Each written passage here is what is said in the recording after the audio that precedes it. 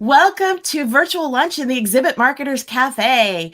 I'm Marlis Arnold. I'm your host, and I always look forward to Tuesdays because I look forward to getting to spend time with you. So I want to start out today, talk a little bit. Well, first of all, I don't know about you, but I am so glad. Welcome to September. I love fall. It's my favorite season, and I always love turning the page from August to September because I hate summer. I don't like heat. I don't like humidity. I don't like bugs. You know, Alan always gives me a hard time. He can't believe that I actually grew up on a farm. But anyway, so September is the beginning of fall. So go ahead, introduce yourself in the comments and tell us your favorite thing about fall. Oh, I see Rama is here from Lev Promotions in San Diego. And Marco is here from Italy. Welcome. For me, I love fall for so many different reasons. I love that the weather is cooler. I love the fall colors.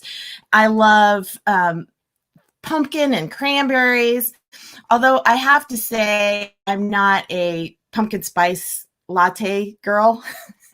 But I do love pumpkin pie. Well, Alan and I, some of you may know, oh, Rama says, what's fall? Yeah, you're in San Diego. You don't have fall. But we also have a tea business, and so we cook with tea, and we've developed a few hundred recipes, and one of them is pumpkin squash soup, and we make it using pumpkin tea. So it's like so yummy. But anyway, if you would like the recipe for that, I could send it to you. I looked, it's not on our website, but yeah, so it's just fun. I love fall. So anyway, on the subject of food and foodies, quick little tidbit, I came across a historic cookbook database that I created. So it's like a Wikipedia for food and recipes and cooking tips. So if you're into that kind of thing, it's kind of interesting. Alan's going to put it up. It's from, this article's from Atlas Obscura. This lady was a neighbor of Julia Child like 50 years ago, and Julia just gave her free reign to go through all of her cookbooks and things. So she started creating this cookbook database. And now, 50 years later, she's got over 5,000 cookbooks and different resources in there. And it's called The Sifter. So anyway, if you're into that kind of thing, that's kind of a fun, different kind of a tool to explore, I think. And I haven't had time. I just discovered it yesterday, so I haven't had time to really explore the database. But anyway, there you go. And then as far as industry news, it looks like market centers are kind of leading the way right now for getting trade shows back going again. I mean, I know technically they're kind of not the same thing as a trade show, but yet they kind of are when they do special market weeks. So Alan's going to put up some links here. The Dallas Market Center, they did several different events over the summer. And so they're using a system they call FastPass to issue their check-in documents, their registration. They also controlled the showroom access. So it was kind of interesting. So like they're limiting the number of people, which is one of the ideas as far as for trade shows, limiting the number of people on the show floor. Oh, Matt is here from Champion Logistics. Welcome, Matt. And then the next one is Atlanta at the America's Mart. They did some summer shows as well. And they said they only had about 20% of their usual traffic, which I think that's probably, I would say, 20 to 35% is probably all we're going to be able to expect initially based on all the travel restrictions and things. They also said it was mostly regional, like 90% came from within like a 4 or 5 state region.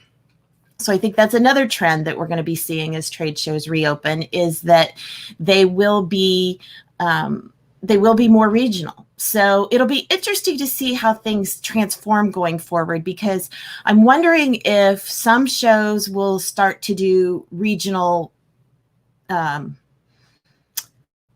copies, I guess you could say, different regions around the country so that people can feel free to drive in. I don't know. It'll be interesting. The third article I want to share, it's not a it's not a market center, but the Indianapolis Convention Center, they've actually held 11 events in 4 weeks, and they said they had 40,000 attendees total at those 11 events. But if you look at it, that's, smaller, much smaller audience at each one.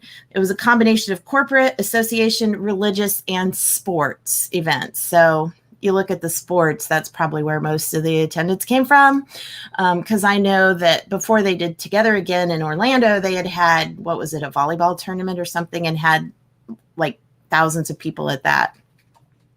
So I know we really can't necessarily compare that to trade shows, but the fact that people are starting to come out and attend events of any kind is starting to put us, moving us forward in the process.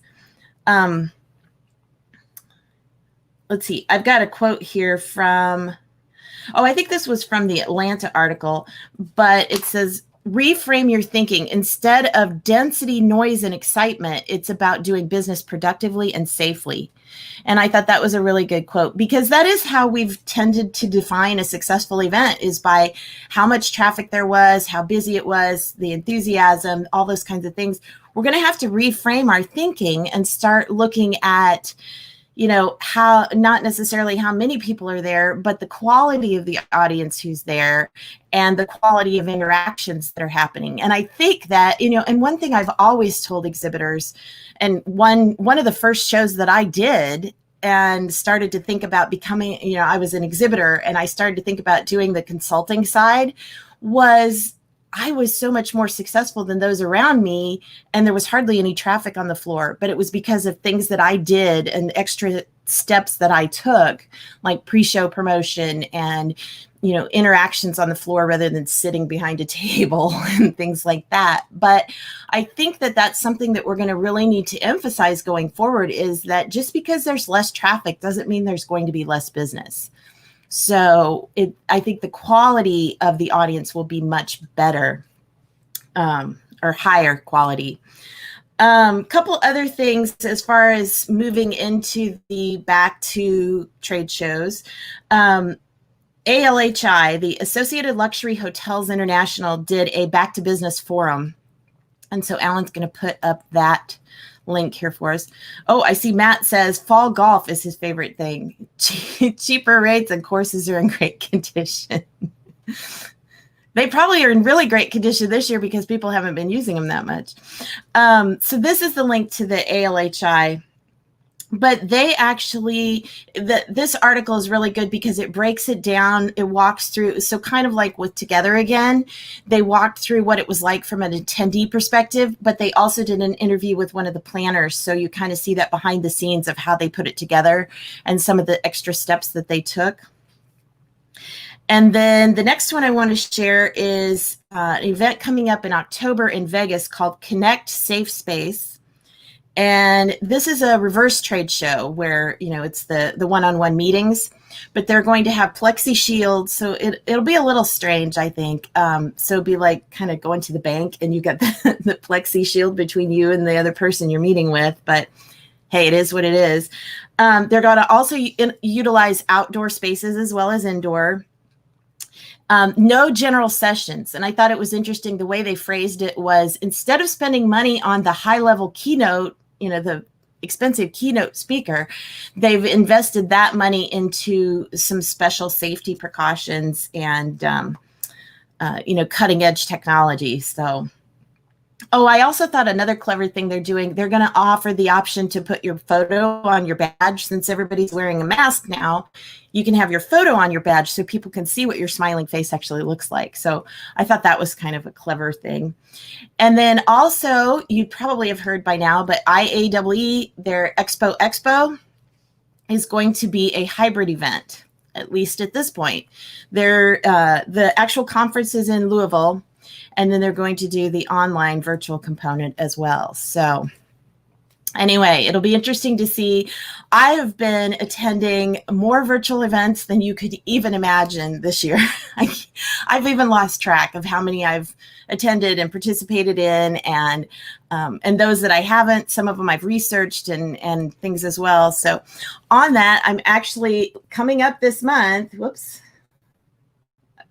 There we go. This is just one piece of my virtual event success kit that I'm putting together. So it will have the planner, which is like a 30-page workbook. There will be success guides for exhibitors, attendees, and speakers. So, if you are an event planner or if you work with event planners, I will definitely keep you updated on when that's available. But it walks through the whole entire process of all the different things from figuring out what the content and the design of the event needs to be, to how to work with the exhibitors, how to work with the sponsors and speakers, and all those different kinds of things. So watch for that coming very, very soon. Yes, Marco, you're right. Quality versus quantity is always key. All right. Well, I am going to shift gears, and we are going to bring on our special guest for today. I am so excited because Ruth Stevens has been a friend of mine for many years. I think she'll have to correct me, but I think we might have met at TS2 many, many years ago, back when that was still holding. But Ruth has held senior marketing positions at Ziff Davis, Time Warner, IBM, among others. She teaches graduate students at NYU and Columbia Business School. She's the author of numerous business books, including this one that I actually have an autographed copy. And she also was named by Crain's B2B magazine as one of the 100 most influential people in business marketing. So welcome, Ruth. We're so glad to have you on the virtual lunch today. Thank you so much, Marlis. I don't remember exactly when we met, but I sure appreciated the input that you gave me that really helped my book develop content, and I remember quoting you in the book here and there. So yes. I sure appreciate not only your friendship, but also your support and your professional help. Well, thank you. Well, and it was fun because I think we were both working on our books at the same time. Right. So, because mine came out in 2002 and yours came out in 2005. And so I think we were kind of like, I was wrapping up mine about the time you were starting yours. So anyway, it's just great. That's what I love about this industry, is all the friendships and the connections and the people that I've met over the years. So anyway, well, one of the reasons I invited you on, besides being such a great friend, is that you actually recently wrote an article, which Alan is going to put that link up. Although don't go read it right now. Wait until after the interview.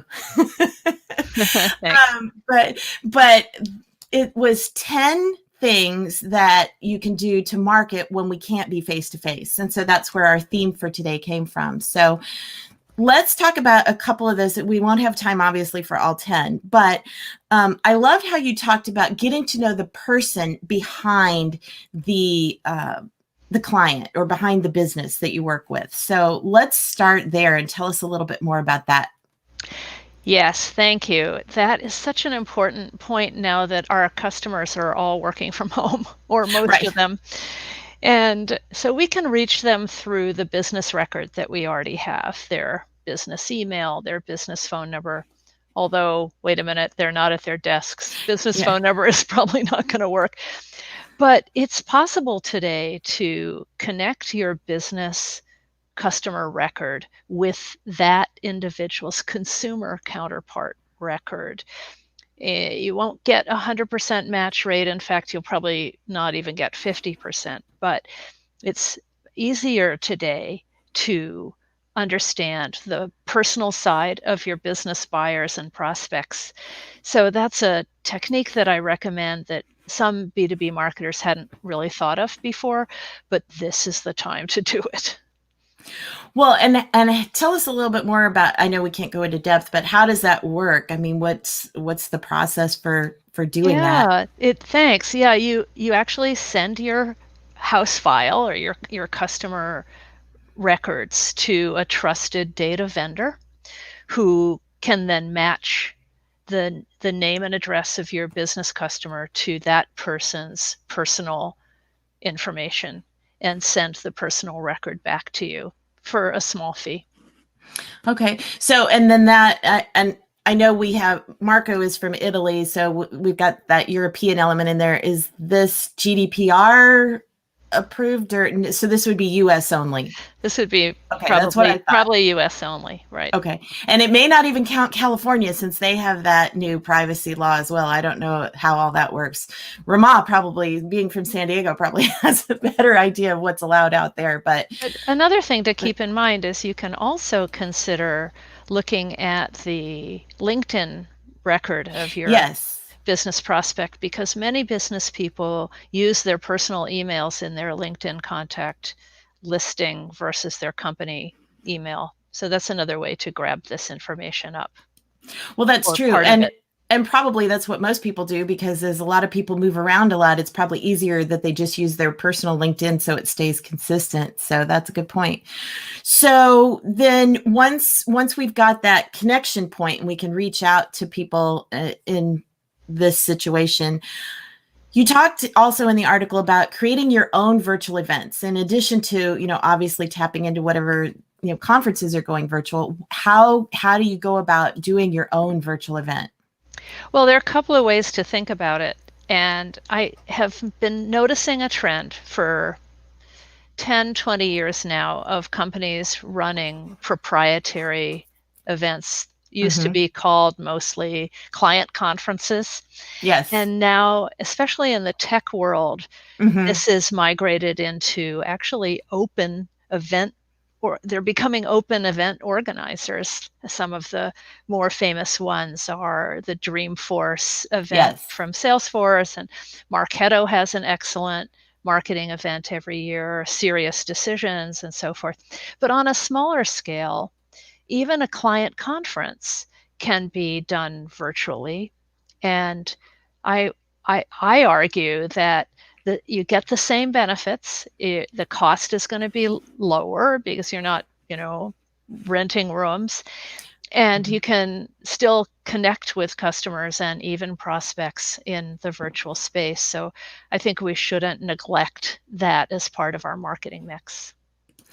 Well, and that's some of the virtual events that I have attended this spring and summer, have been put on by a B2B company as well. In fact, when I did the virtual event Trailblazer Summit, PersoniFest was one of the events that I featured, and that was Personify's individual client in-house conference. So yeah, so that definitely is something that can be done. And I think that it can be done very well because, like you said, it's a very highly targeted audience, and the audience is very much interested in, participating. It's a lot easier, I think, than trying to market to just a general population. Exactly. So it's leveraging that customer relationship that you already have. But the other idea that I'm seeing emerge in the pandemic that I really like is an invitation only smaller group meeting that might be positioned as a peer event where you limit it to maybe 5, 6, 7 people so they can have a really deep discussion, like a Zoom breakout room in effect, and have it be about a theme, presumably a theme that it relates to your business value proposition, but is intended to help them address a burning pain point or current customer problem. And business people love interacting with their peers, sharing ideas. And if you can facilitate that by identifying peers that they either know or maybe even don't know, they're often willing to attend. And with only a handful of attendees, you can really have a rich and deep discussion, moderated by you, and not salesy, but of course you want to have a salesperson on hand, or maybe in the room, or maybe as the moderator. And it costs next to nothing. It's pretty easy through digital media to set up. And I'm a big fan of this as both a current customer and prospecting tool. Well, and I love it because it's like a customer mastermind where they're invited. It's like a VIP invite, first of all. And so they get to come in. And for some, that might actually, the opportunity to meet some of these other clients might be incentive enough for them to want to get involved. And then to feel like they've got, that not one-on-one, but almost one-on-one attention, and they can actually address some burning issues, like you said.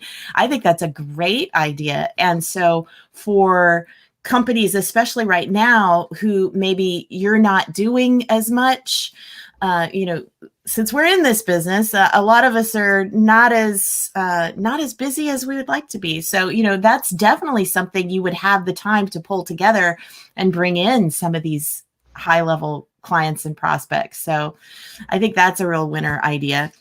And kind of tagging on to that, you also talked about building a community. And I mean, that's ultimately what we've been doing for the last almost 6 months now with Virtual Lunch, is building this community where we all get together every Tuesday. But tell us a little bit more about what you're seeing with that. Yeah, this is another B2B marketing trend. It's also popular in consumer marketing. And the concept here is that you organize a place where people who are interested in a certain topic can gather, and you either curate or just let the conversation flow, and you stay fairly discreet. A great example is how Adobe, now one of the great marketing tech companies around, is the sponsor of CMO.com. I don't know how much they paid to get that URL, but they're managing a website where CMOs are presumably hanging out and sharing ideas. They populate it with useful information. On the consumer side, you can see Kraft with recipe sites, and Sephora has beauty talk sites and so forth. But in B2B, one of the early pioneers in this space was Michael Brenner, who is a marketing VP at SAP. And he's actually written a really good book on how he did it and what he learned in setting up their, I think it was called Marketing Innovation or something like that as the URL.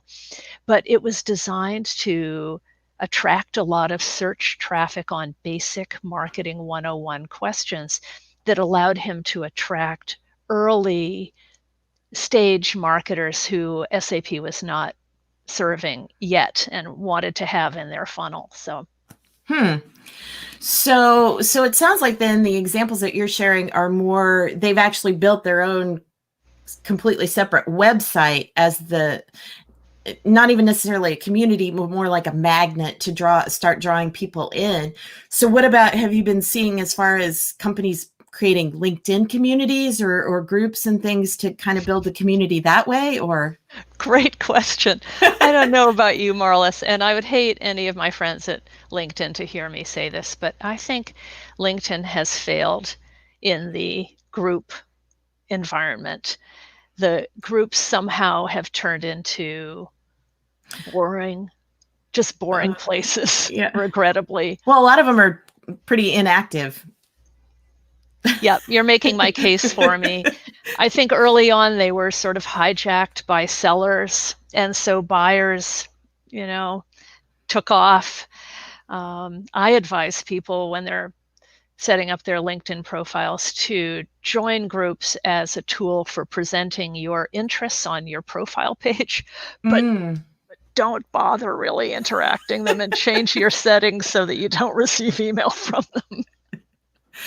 Well, and within the industry, I know there's a couple of groups that are semi-active, but yeah, a lot of the trade show industry groups that I'm in, I never see any posts, or it'll be like somebody will post, and I know I've done this too. It's like if you're in 4 different industry groups, you post something and you post it in all 4, and then it comes through and you keep seeing it over and over. But honestly, I mean, I'm in a lot of, not necessarily B2B, but more like marketing groups or podcaster groups or things like that on Facebook, or specific software that I use, They're much more active. They're right? much more active. They're very, it's like, even though Facebook is not the B2B platform, when it comes to things like that, the interactions, Facebook seems to have it all over LinkedIn. And I'm like you, I haven't really figured out where they failed, but unless we're just all in too many different things as it is, and LinkedIn was the first to go, I don't know. Well, if anybody has questions for Ruth, please go ahead and put those in the comments and we will have her answer for you. But go ahead and share with us, Ruth, how people can get a hold of you and, maybe what you're working on next, other than I know you're getting ready to start teaching another class this fall, but what else are you working on? What's your interest right now? Thank you. I can be reached at ruthstevens.com, and my email, of course, is ruth@ruthstevens.com. But I would also welcome people to link in with me. I've found, having just trashed LinkedIn groups, I find LinkedIn as a business tool incredibly valuable. Yes. It's been a huge resource for me as just an ordinary business person, because it allows me to find people that I would never have been able to even know they existed before. So I sure appreciate that.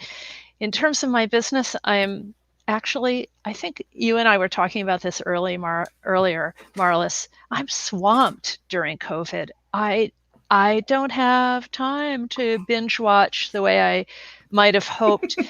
And part of it is getting ready for my marketing class to MBAs at Stern starting, oh my goodness, day after tomorrow. but also I have a lot of client work, and I continue to write a monthly blog article at Biznology that I really enjoy. There's nothing like a deadline, right, Marlis, to get you to crank out that copy. So I appreciate that they give me a due date every month and I have to comply.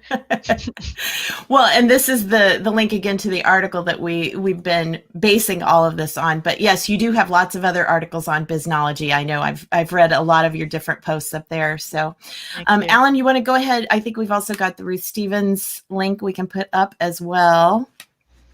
So I'm not seeing any other questions from the audience, but as you all know now, you can get a hold of her. And as far as doing the LinkedIn, I will share a quick tip as far as LinkedIn, which a friend of mine shared with me, is make a QR code for your LinkedIn profile that sends people straight there. And then actually I put that up now on my slides for my presentations. And so, so that way everybody's got their phone. So when they're what a great idea. So they just, it's like, right, okay, scan, and it takes them straight to the profile. And so like I had like 30 to 40 people during the session I was teaching that immediately went over and connected with me on LinkedIn. So brilliant. There's a quick and easy tip for the day. Love it. So, well, Ruth, thank you so much. I really, really appreciate your time, especially when you're getting ready to head back to class in a couple of days. I know that presents a whole new layer of challenges this year, but you always have such great things to share. And I know people can gain so much from reading the articles that you post and following you online. So thank you so much. Really enjoyed it, Marlis. Thank you for including me. You're welcome. And thanks to everybody for joining us again on Virtual Lunch. We will take a break next Tuesday because it's going to basically be a Monday since we'll have a holiday weekend. So I thought we would take that week off, but we will be back on September 15th and we will look forward to seeing everybody then. And Marco, always good to have you here from Italy and keeping us updated on what's going on over there. So, all right. Thanks, everybody. And we will see you in 2 weeks. Bye. Bye.